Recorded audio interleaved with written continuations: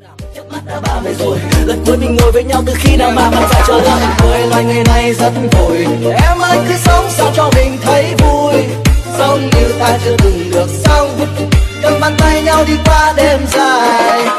Ôi ngày này mình cùng nhau thoát vai đi từ sáng tới đêm, hát lên nhưng chưa từng được hát.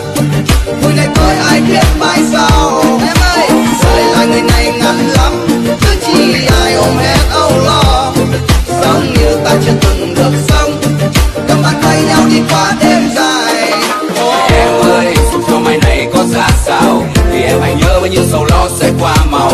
Mọi chuyện sẽ ổn thôi khi ta còn yêu đời. Bao nhiêu gian nan sóng gió cũng khó ngăn cho đôi môi tan hương. Rồi mà ông ơi cuộc đời này còn dài được bao lâu. Đôi chân ta đã đưa ta lang thang đi xa những đầu. Trước mắt tuổi trẻ rồi cũng sẽ trở thành ngày hôm qua. Để tập cuộc sống vui đêm vì hôm nay là món quà. Và chúng ta đang trải qua những ngày đẹp nhất trong cuộc đời. Rồi đã có những lúc thất vọng chán trường mà nước mắt cũng buồn rơi. Em vui được mất từng đánh thực tất vào cuộc chơi rất nhiều lần vấp ngã nhưng vẫn bất chấp tất cả vẫn buông xuôi. Trong cái vách của thành công không thể nuối.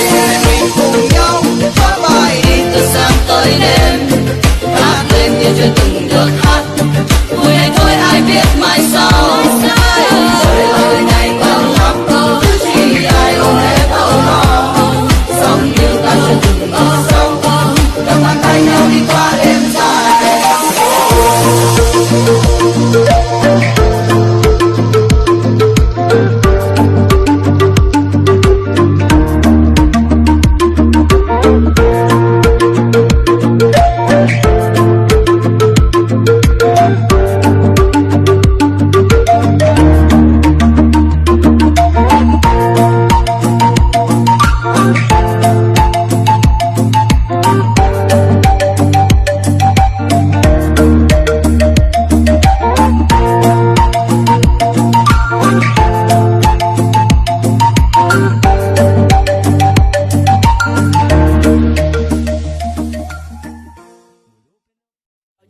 Chớp mắt đã 30 rồi, lần cuối mình ngồi với nhau từ khi nào mà bạn phải trở lại. Với loài người này rất vội, em ơi cứ sống sao cho mình thấy vui.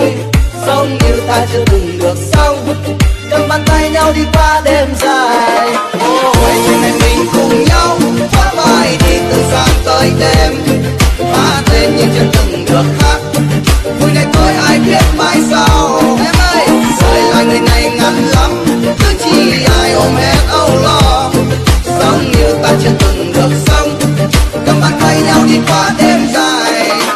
Em ơi dù cho mai này có ra sao thì em hãy nhớ bao nhiêu sầu lo sẽ qua màu.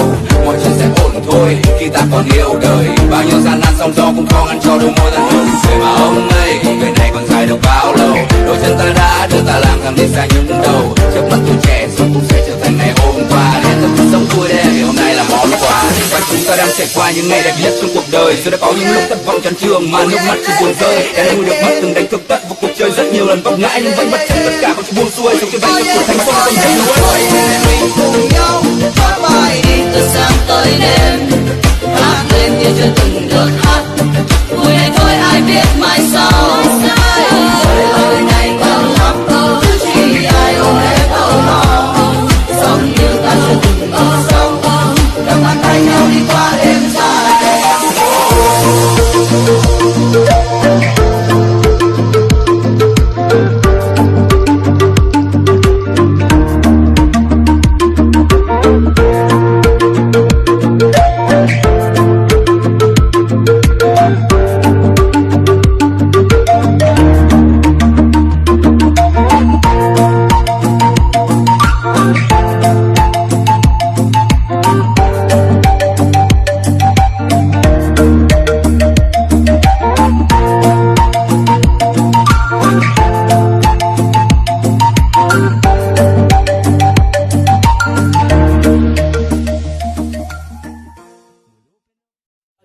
Chớp mắt đã 30 rồi, lần cuối mình ngồi với nhau từ khi nào mà bạn phải trở lại. Với loài người này rất vội, em ơi cứ sống sao cho mình thấy vui.